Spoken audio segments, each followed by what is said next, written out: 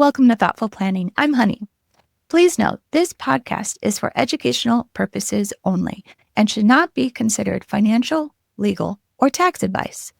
Always check with a qualified professional before making decisions related to your personal situation. Let's begin with the essential question. What capital credit accounts might be quietly building in the background? And have you made it clear enough that your family would know how to find and claim them if needed? Today, we're diving into a topic you might not have given much thought to: capital credits or dividends from electric cooperatives, which I'll refer to as co-ops moving forward. If you've moved around a lot or lived in a small town, or if someone in your family has, this is one of those financial details that can make a difference later and is worth researching. So you might be wondering, what are capital credits? If you get electricity through a co-op, you're technically a part owner. When the co-op brings in more money than it needs to run its operations, the leftover, often referred to as margins, gets divided amongst its members based on how much electricity they used. These are called capital credits or dividends or patronage refunds. Just depends on the co-op that you're with. Now, some co-ops apply these to future bills. Others hold them for years and then send out checks. If they can't reach you, the unclaimed credits are eventually turned over to the state's unclaimed property division, depending on that state's process. So here's what happened with us. As a military family, we moved a lot, every 10 months to 3 years, depending on the assignment. While we lived in Fargo, we lived in 2 homes. We started in one home, we lived there for a few years, and then we moved to another home. And each had a separate co-op account. So together, those 2 accounts hold $600 in capital credits for us. We knew the money was there, but what we hadn't done was the most important part: making sure it was documented and easy for our family to find if something ever happened to us. This became clear after we got our legal documents in place. We were told to confirm that our beneficiaries were updated across all of our accounts.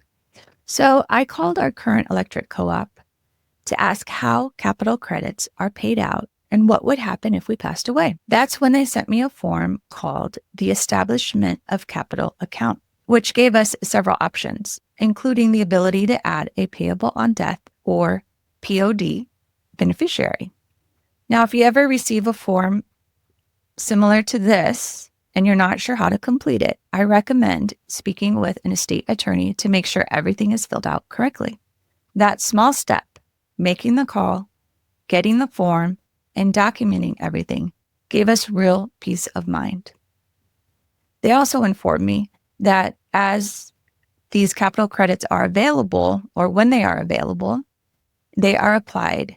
Generally, I've seen them applied on our December bill for end of year. It just will depend on the co-op.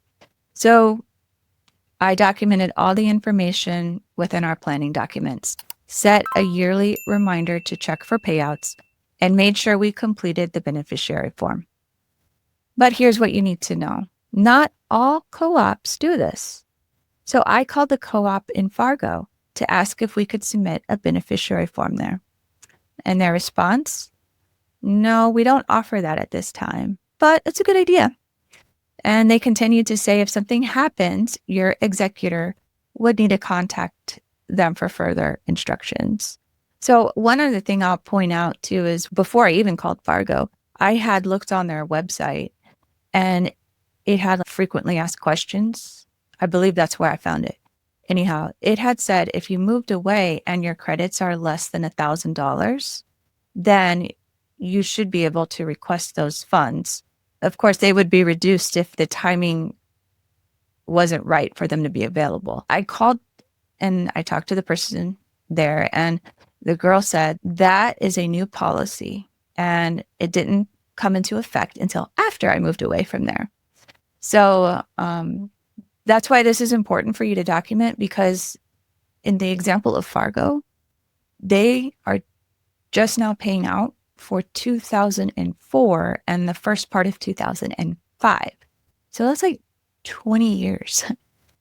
So that means it could be a long time, and by then, maybe we'll be gone. That's why this is important for you to document. So your family is aware that there is money out there, possibly.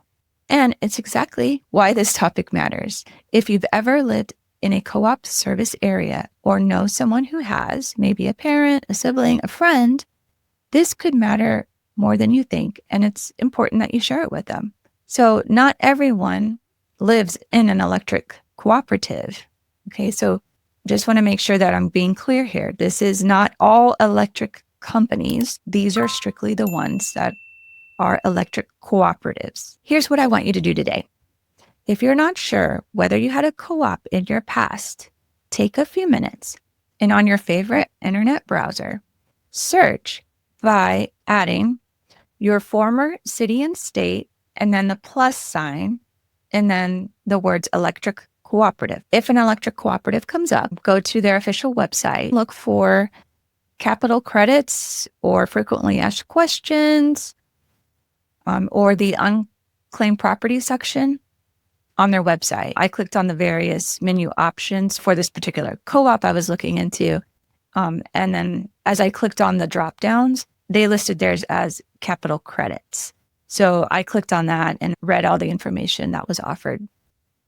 So you should be able to find that information on the site, or, they should have a contact button, whether it's for you to email them or call them to get more information. But when you call, here are some questions you can ask. You can ask, do you issue capital credits? How often are they paid out? Do you offer a beneficiary form? What happens if someone moves away? And who can claim the funds if the account holder passes away? Most co-ops will only speak to the person listed on the account or someone with legal authority, like a power of attorney or an executor with a death certificate. This is to protect your information and make sure funds are going to the right person. So now let's go over 2 final steps to wrap this up. Step 1, document the following information so it's easy for you and your executor to reference. First, you'll need the name of the co-op and their contact information.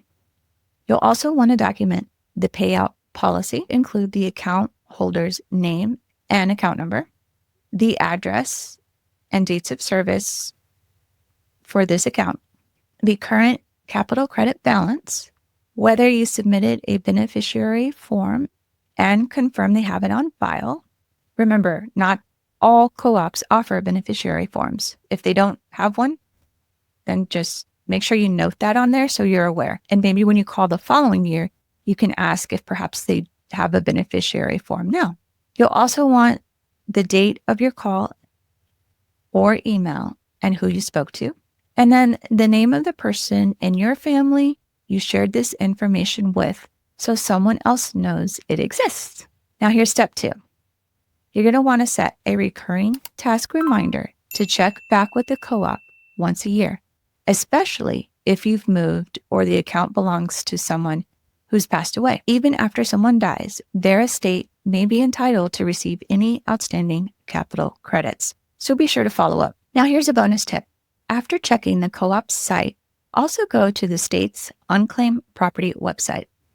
If the co-op couldn't reach you, they may have already turned the money over to the state. If you find something listed, you'll need to follow your state's official process to claim it. Episode 43 on unclaimed property walks you through how to do that, and I'll be sure to include a link in the show notes. So planning isn't just about the big documents like wills or trusts. It's also about the little things, like a forgotten utility credit from a co-op. That could become a headache, or lost funds if no one knows where to look. That $600 isn't life-changing, but knowing it's there, having it documented, and giving our family a way to find it, that's what thoughtful planning is all about. So let's circle back to the essential question. What capital credit accounts might be quietly building in the background, and have you made it clear enough that your family would know how to find and claim them if needed. If this helped you, please share it with someone who's moved around, lived in a small town, or is helping with estate planning for someone they love. And if you want help organizing these details, email us at info@legacytoolkit.com. Until next time, remember, every chapter you write today shapes your legacy tomorrow. Thank you for joining me at Thoughtful Planning.